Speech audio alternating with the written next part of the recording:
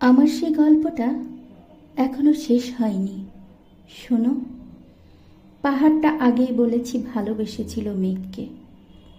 আর মেঘ কিভাবে শুকনো খটখটে পাহাড়কে বানিয়ে তুলেছিল ২৬ বছরের ছোকরা, সে তো আগেই শুনেছ। সেদিন ছিল পাহাড়ের জন্মদিন।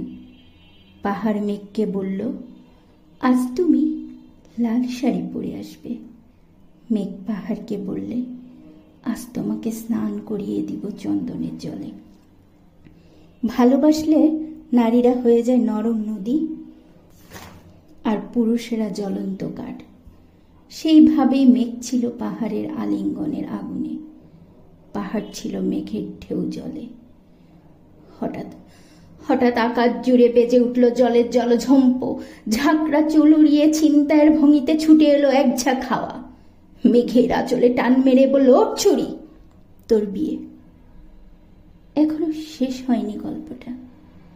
বজ্রের সঙ্গে মেঘের বিয়েটা হয়ে গেল ঠিকই, কিন্তু পাহাড়কে সে কোনোদিনই ভুলতে পারল না। বিশ্বাস না হয় তো চিরে দেখতে পারো, পাহাড়ের হাড় পাঁজর ভেতরে থই থই করছে শত ঝর্ণার জল।